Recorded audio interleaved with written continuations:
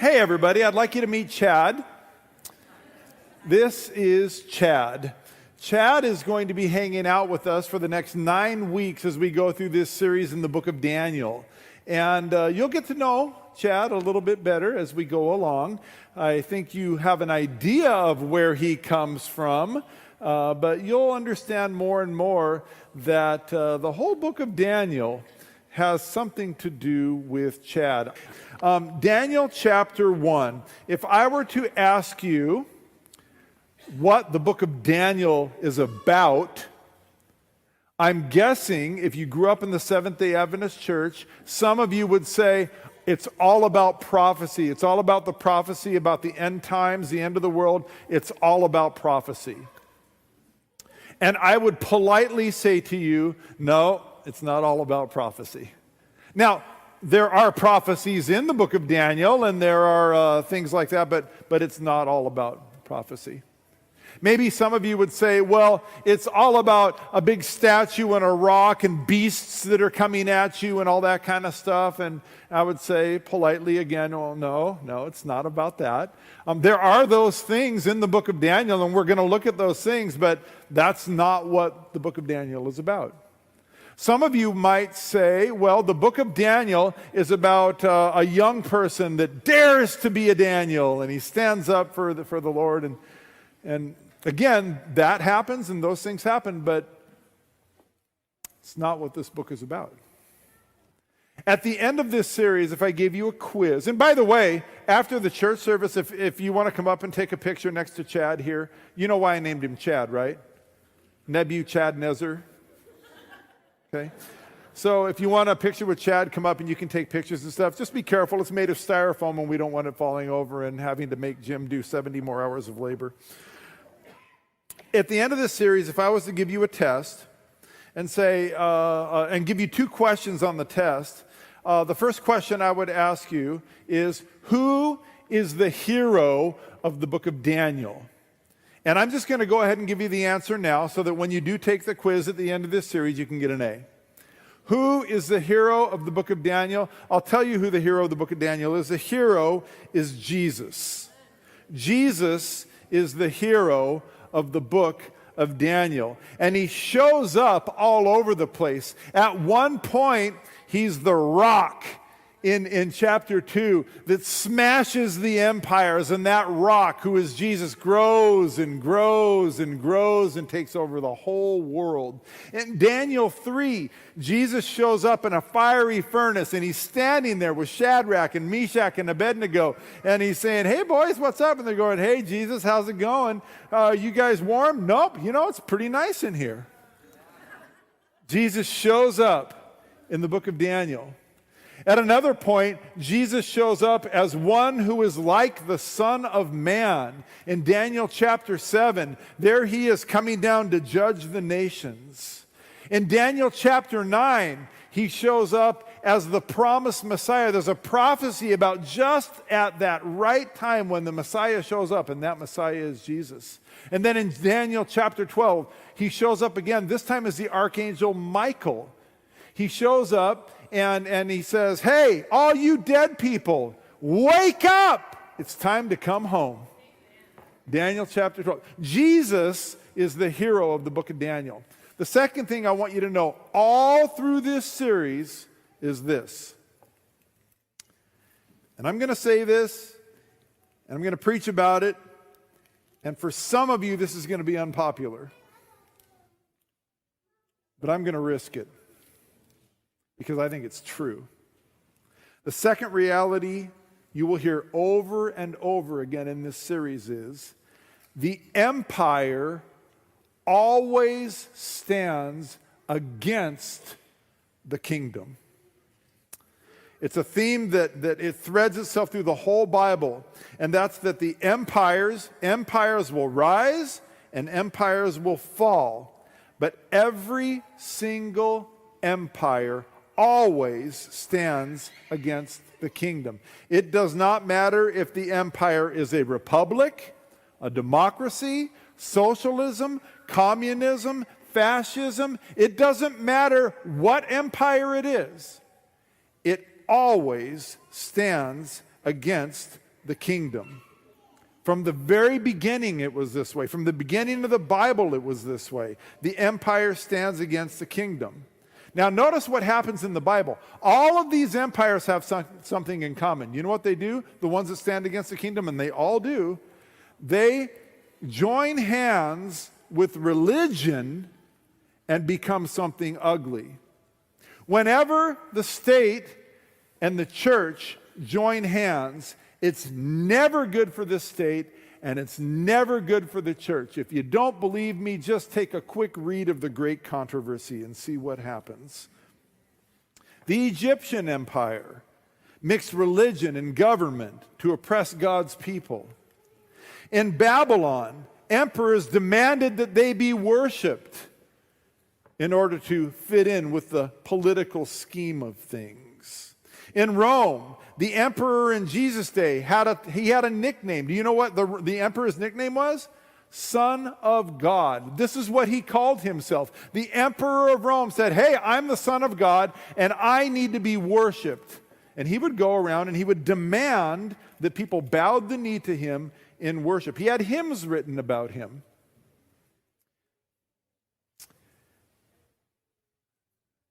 And then there's Revelation 13. If you have been an Adventist for very long, and you've read the eschatology of the Seventh-day Adventist Church, you know that the final empire is the United States of America. And that final empire will join hands with religious powers to do some ugly things. And in Revelation 13, it suggests that final empire will have so much power that it will look around the world and it will say, if you don't do what we say, we will not let you buy or sell. If you don't do what we say, we'll kill you. Our empire has that kind of power. Now, lest you think this is something that is going to happen sometime in our near future, let me open your eyes to the reality of the world that we live in. The empire that we live in right now says to lots of countries, you're not doing what we're saying. You cannot buy or sell. We're going to put an embargo on everything. You can't buy or sell unless you do what we say. Now, we may have what we think is a righteous cause, and I'm not debating that, but we do it. In fact, in our history, and it'll happen again, we'll say, if you don't do what we say, we'll kill you. We'll drop bombs on you. We'll send troops in. The empire always stands against the kingdom and kingdom principles. I think it's this reality of the Bible that's just right there in your face. I think me realizing this more and more, I start to feel sad. I start to feel uneasy when I see on our social media so many of my Christian friends hailing the empire and its political figures. I see people who are supposed to be all about the kingdom transfixed on cable news channels that are all about the empire and its tactics. And it's an addiction. It divides people into us and them, into political parties and ideology. We start calling each other names. And everything about it is anti-Christ. I have dear friends, some of my two best friends, and I'm not going to tell you who they are, and I'm hoping they're not watching on live stream right now. They are, every time they're in the car, they have these political talkies on that are talking about the empire and empire tactics, and as soon as they get home, boom, their favorite cable news channel, and they're watching and they're hanging on every word, and man, they're on social media calling people names and all kinds of things. They're so wrapped up in the empire that they actually don't have much time for the kingdom. They call themselves Christians. But I don't know how you can call yourself a follower of the Lamb when you're following the dragon that's behind every empire that's ever been in this world. We are not called to be about the business of the empire, ladies and gentlemen. We are called to be about the business of the king and his kingdom. You see, in the empire, it doesn't matter what political party's in charge. It doesn't matter if it's Democrat or Republican or Libertarian or the Green Party, like that's ever going to happen. Doesn't matter who's in charge. The empire is still the empire. And the empire always stands against the kingdom. Now, don't get me wrong. The empire does some good things. I mean, paved roads. Love it. Infrastructure. Economics that make it so that I can work and earn a living and you know, have a house and some food and a car and stuff like that. They make laws to keep us safe. Empires do some good things. They even help people sometimes. But don't get confused. Just because the empire does some good things does not make it the kingdom. It's an empire, and it will always be an empire. Sometimes, at least according to Revelation chapter 13, it looks like a lamb, but it speaks like a dragon. If you don't believe me, turn on cable news for a half an hour. Tell me that's not dragon speak. The empire uses force. The empire uses intimidation. The empire will always have blood on its hands, and most of the time that is innocent blood. The empire will try and rule the world. It'll insist on its way, and if it doesn't get its way, the empire can get pretty nasty.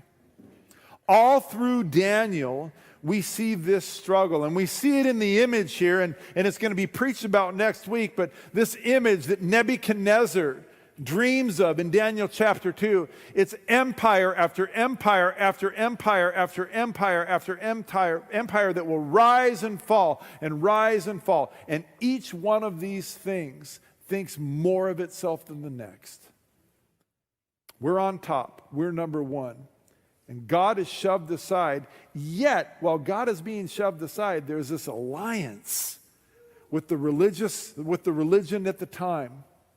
This unholy alliance that makes it so that people want to use God's name to make things better and make things righteous in every single one of these empires. It's always tempting to be a part of the empire because the empire has some really cool things about it. Israel fell for this. You know, Israel was called to be the kingdom of God. Israel was called to be the little flock. But after they got out of the empire of Egypt, they started looking around and they started going, you know, the empires around us look pretty good. Hey, Samuel, give us a king. We want to be an empire too. And Samuel said, no, isn't God enough? Evidently not, because we want a king. And they got a king. And they became an empire like all the other empires. God, he did what he did. He just stepped aside and he said, if this is what you want, and this is what God does, if we insist long enough, God will look at us and he will say, okay, thy will be done. And he'll step right out of the way. And Israel became an empire. Just like all the other things the empires were doing. They went after money and power and control and force and intimidation and greed. They wanted more money, more political sway, more alliances, more self-glory. And in the process of becoming an empire, Israel neglected the business of the kingdom, the business of taking care of the marginalized, the poor, the orphan, and the widow. Israel shoved Sabbath to the side so that they could have all their businesses open in Jerusalem, so that they could just have more and more and get richer and more powerful and have more things to put in the storage facilities because they couldn't fit them in their houses. Israel neglected the weightier matters of the kingdom, matters of mercy, matters of justice, matters of grace and love and peace. They weren't about peace, they were about war. Israel waved the weapons of war just like all the other empires, and they lived by the sword and they died by the sword. You can read about it in the Old Testament. It's kind of bloody. And when they chose empire above kingdom, when they chose their way instead of God's way, God again did what he does and said, okay, thy will be done. You want to live like an empire? You want to rise like an empire? You're going to fall like an empire. And he got out of the way, and in marched Babylon. Babylon came in and they ravaged Israel. Judah was completely destroyed. They lit everything on fire.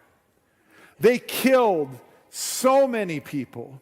Families were taken out of their homes, and everybody that wasn't a young, strong-looking person was put to death by sword right in front of these people.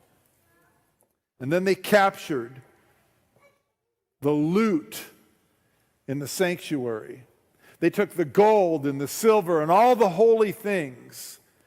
And honestly, there was nobody there to defend it, because God hadn't been there in a long time. Because God is all about the kingdom. He's not all about the empire. They burned the city to the ground, and they took their captives, and Daniel was one of those captives. Now I want you to imagine this for a second. Daniel was a prisoner of war. Daniel did not want to be where he ended up. This was not his life plan. Babylonians had a way of using their captives to build their nation, and it was actually pretty smart. They decided that when they went in and they invaded another country, that they would take the best and the brightest and the strongest, and they would bring them back, and they would put them in service of the government. They would put them in service of the king. This program was a 3-year intensive to train all the prisoners of war to learn the language and the culture of Babylon. They would learn the laws and the lay of the land so that they could serve as dignitaries and wisdom for the king, because, you know, there were a lot of countries around, and if you gathered people in from battle from all these countries, you can get an in on negotiations and trade. It was a smart way to go about things. Babylon was pretty good at foreign affairs. To be clear, Daniel could not have enjoyed being captured. He couldn't have liked where he found himself. Daniel chapter 1 says that the young men that were taken from Jerusalem came from affluent families. These were these really popular kids that in high school, the ones that I just couldn't stand when I was in high school. I mean, you know the ones I'm talking about, right? See, I grew up single mom. I remember standing in line with my mom to get government cheese and bread and stuff like that, because we didn't have any money, because my mom and dad divorced, and my mom was a secretary, and she was trying to raise a couple of kids. I mean, we weren't rich. Grew up in this little tiny 900 square foot house that I thought was big when I was a little kid, but it's not very big. And then I go to Academy, and I see these kids driving their brand new Camaro Z28 into the gate where the Academy was that I went to, and I'm like, where did you get that? Oh, my mom and dad bought it for me. These kids, you know them, never had a zit. At the end of the PE class, their hair was still perfect. Never got anything less than an A in school. Everybody liked them. They were smart, talented, great athletes. When they'd smile, they would melt hearts. I really didn't like them at all. This is Daniel. He grew up in a really nice house and had great parents, just the perfect family, didn't have a whole lot of problems. Imagine going from a life of privilege and relative ease to seeing your family and friends slaughtered by the sword right before your very eyes. And the people that slaughter your family put shackles on you, and then they ask you, they don't ask you, they make you, they drive you like cattle for 2 months. The journey from Jerusalem to Babylon took 2 months, 900 miles in shackles with a line of other prisoners of war behind camels. Daniel did not choose to be where he was. And for all intents and purposes, during that 900-mile walk, I think Daniel found himself in a pretty dark place. He ends up in Babylon. He doesn't understand the language. He doesn't get the culture. People are dressing differently. They're eating differently. Everything is different. And it's not hard to understand that Daniel felt forsaken. He felt abandoned. He felt like, if there is a God, he's sure not paying attention to me.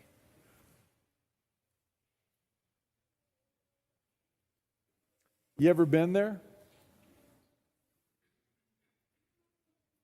Have you ever felt like, man, I thought everything was going okay. I thought God was blessing me. I thought he was favoring me and smiling on me, but now, man, I don't even know if he exists. Well, I don't know if you've ever felt like that, but I've felt like that before. I mean, I thought everything was going swimmingly. I had worked in an academy and I'd worked in a church and you know, I thought I was hot snot on I was just going for it in ministry and seemed like everybody liked me. And then somebody heard me preach at a camp meeting and they said, hey, we want you to be the chaplain of our college. I said, chaplain of a college? What they didn't know was I had only been an Adventist for 6 years. I was just still getting to know the Lord. I didn't know what I was doing. Just because somebody can preach doesn't know what they're doing, doesn't mean they know what they're doing, by the way. You should know that. Okay? Just because they can talk and do a good interview doesn't mean they'd be competent at anything. You'll find out. So they hired me to be the college chaplain at this college, this Adventist college. And I went in with all these ideas and ideals, and I realized very, very quickly that, number one, I had no idea what I was doing. I didn't even know what a chaplain was. Number two, their expectations for me were far, far different than my expectations for the job. And they were ones that there's no way I could have measured up to. And number three, it was in Alberta, Canada. And if you've ever been to Alberta, Canada in February, when it's 40 below every day, whoever said hell is hot has never been to Alberta, Canada in February. I was lost. I didn't know what I was doing. Everything I tried kind of failed, and it was a dud. It was hard on me professionally because it's just nothing went right. And it became hard on our marriage so that Wendy and I, it's probably the darkest time we had in 34 years where it was a struggle just to be married to me. And then to pile it on, my conference president comes and sits down in my office and says, Mark, this is not working. You have some options. What are my options?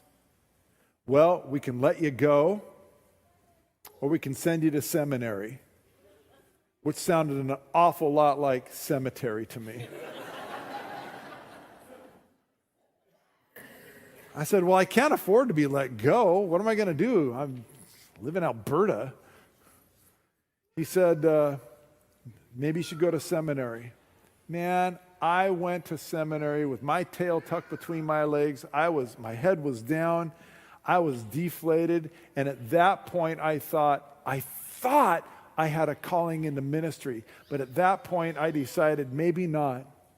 Maybe this whole thing's a big masquerade. Maybe it's a big fairy tale. Maybe I'm not called. Maybe there's not even a God. And I got to seminary, and I opened the newspaper up, and I looked at the want ads, and I started putting applications in.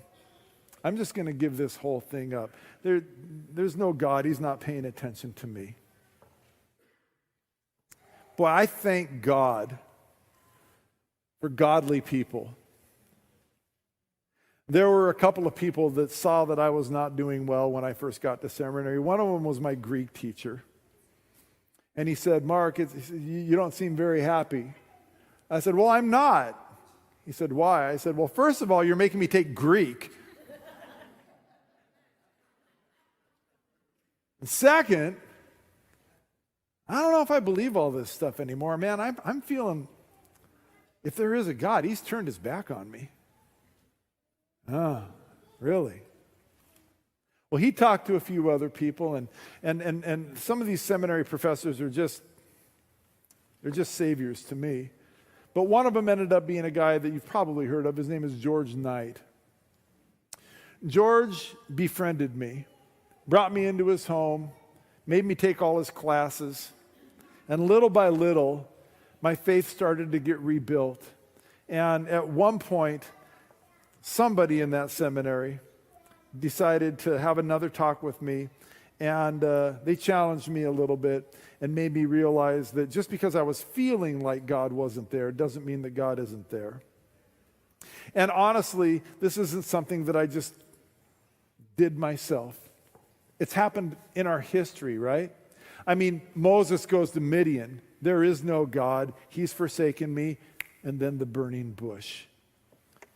Joseph, abandoned in that Egyptian prison for how many years, had to feel abandoned by God. And then somebody remembers a dream and he's back in the kingdom. Elijah, woe is me, all pouting in a cave. There is no God. Until the still small voice comes and says, yeah, I'm here. Don't worry, I'm here. Jesus on the cross. He didn't talk about feeling abandoned. My God, why have you forsaken me? He just left me here, hanging on this tree. Where are you? Well, he wouldn't know that those feelings were deceiving feelings until he heard that great trumpet call on Sunday morning and that stone was rolled away. There's nothing worse than the feeling of being abandoned and rejected by God. There's nothing worse than feeling like maybe you just don't have any purpose or meaning in life. And reality might be that God is there and that he will never leave you and forsake you, but it doesn't feel like it at the time. And it's during times like these that I'm just going to say something that needs to be said.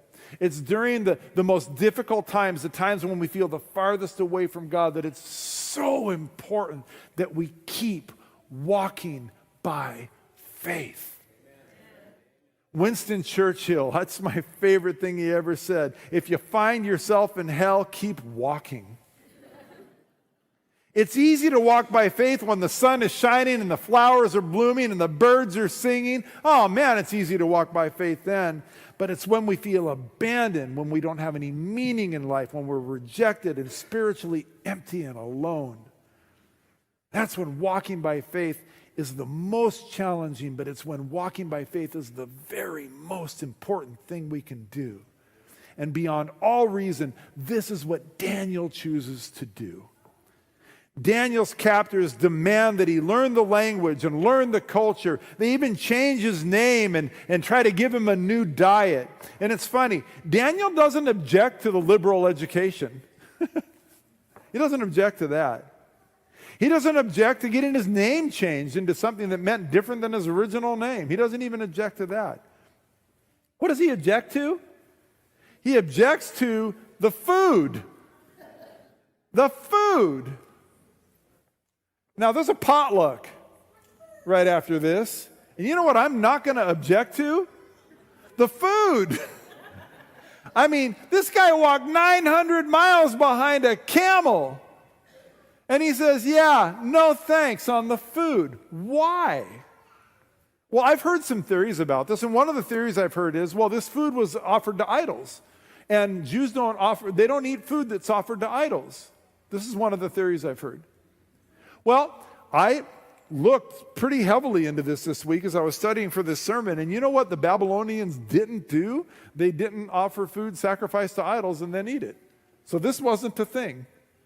So the next thing that a really good Adventist would say is, well, it's the dietary laws found in Leviticus 11. They served Daniel shrimp and pork chops and I don't know, bat legs, whatever. And he said, no, I don't eat unclean things. Leave me alone. That's why he rejected the food. I love it when I'm studying for a sermon and I learn something new. I learned something new about this week that I had never known before. And I found it gave me this aha kind of a thing in Daniel chapter 10. Daniel chapter 10, verse 3, if you want to look it up. It says, this is Daniel speaking, I ate no choice food, no meat or wine touched my lips, and I used no lotions at all until the 3 weeks were over. Oh, wait a minute. After the 3 weeks you were eating and drinking all this stuff? And before you were, but right now for 3 weeks you're not going to? And I thought, hold on. Now, I'm not saying that Daniel ate anything unclean. I know that Daniel is a good Jew, didn't eat, the lobster and the shrimp and the pork chops and all that kind of stuff. I understand that. But what I discovered is that in chapter 10, verse 3 and chapter 1, it's talking about the same kind of food. Now, this is going to be weird, but I'm going to tell you what I discovered. The food that was being served Daniel in Daniel chapter 1 was celebratory food. Okay, none of you are looking at me like I know what I'm talking about. Celebratory food. We do celebratory food. We do that in our, we understand, we do that, right? For instance, if there's a cake that has candles on it, and what do? We sing happy birthday. We're celebrating somebody's birthday. It's celebratory food. The food that's being served here to Daniel is victory food. It's saying Babylon has won a great battle, and together we're going to feast, and we're going to feast on the king's table, and we're going to eat all this food in celebration of this great battle. Well, who's the fruit of the great battle? It's Daniel and his friends.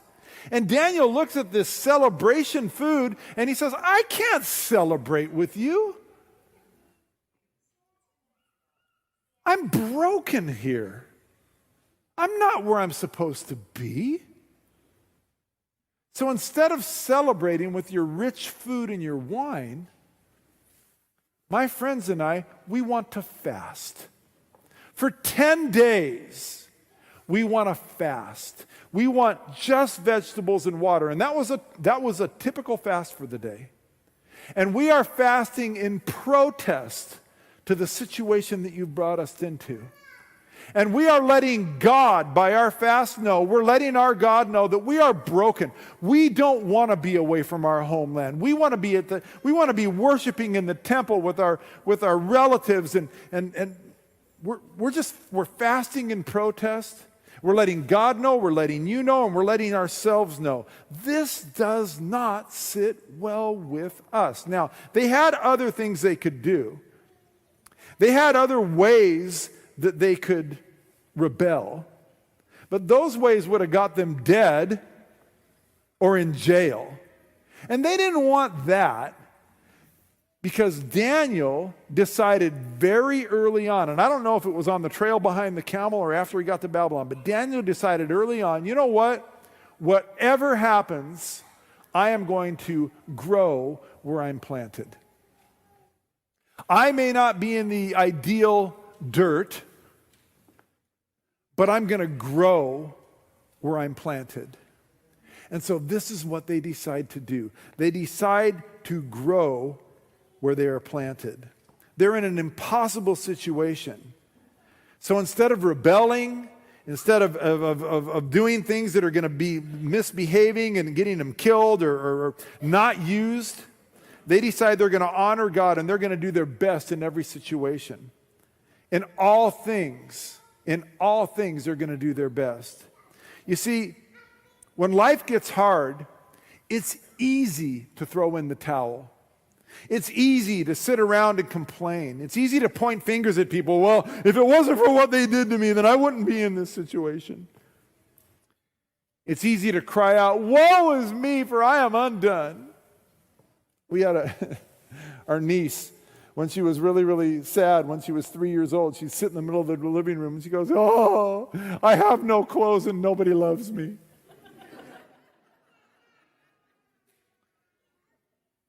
Or like Job, I wish I had never been born. See, that's not the Daniel way. Daniel and his friends decided to grow where they were planted, to be excellent in everything they did. Daniel and his friends had a God to represent, and they had a country, a kingdom to represent, the kingdom of God, that rock that will grow and grow and grow and take over the whole world. They were all about that. So they tried their hardest, they did their best, and they acted in faith like they were saved, chosen sons of the Father. And people took notice of it. And God was there with him. It just didn't feel like it right at the moment. Look at these flowers. What are they thinking? I mean, look at them. They have no business doing this.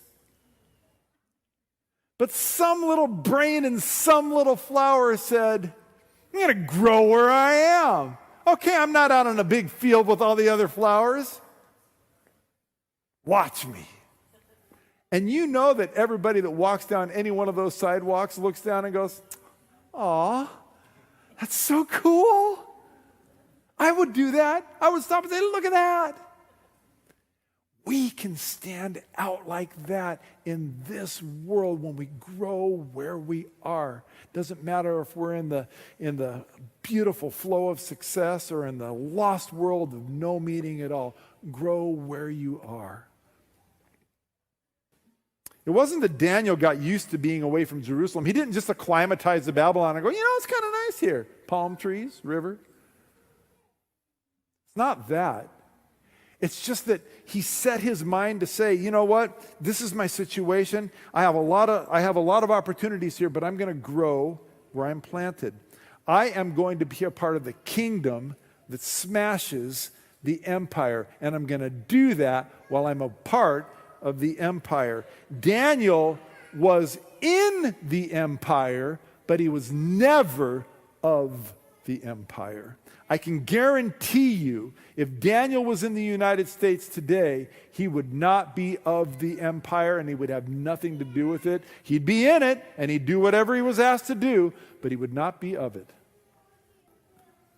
I don't know where you find yourself today. You might be doing great. But chances are there are some people in this congregation right now, you haven't heard from God in a really long time. And you're feeling abandoned, forsaken. You're feeling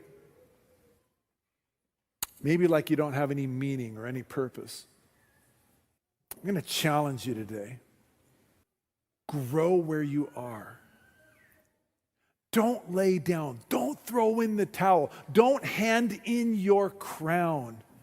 Grow where you are. Follow the Lamb wherever he leads you. Be a part of the rock that's going to grow and grow and grow and take over everything. Grow where you are. Life is going to throw some stuff at you to make you feel empty and lonely. Grow where you are. Dare to be a Daniel. Because every single time, ladies and gentlemen, there is a reward. There's an obscure book in the Bible that hardly anybody reads because it's full of names, just lists and lists of names. The book of the Bible is Ezra. And in the book of Ezra, there's a name, because nobody reads this, that escapes people. Ezra lists all the people that get to come back to Jerusalem from Babylon. Check it out. I made it really big for you. Guess who gets to come back at the end of their life and gets to come back home to the promised land? Daniel does. He gets out of Babylon and he gets to go back home to a new Jerusalem. Grow where you're planted. Hang on to Jesus, because the reward in the end is the new Jerusalem.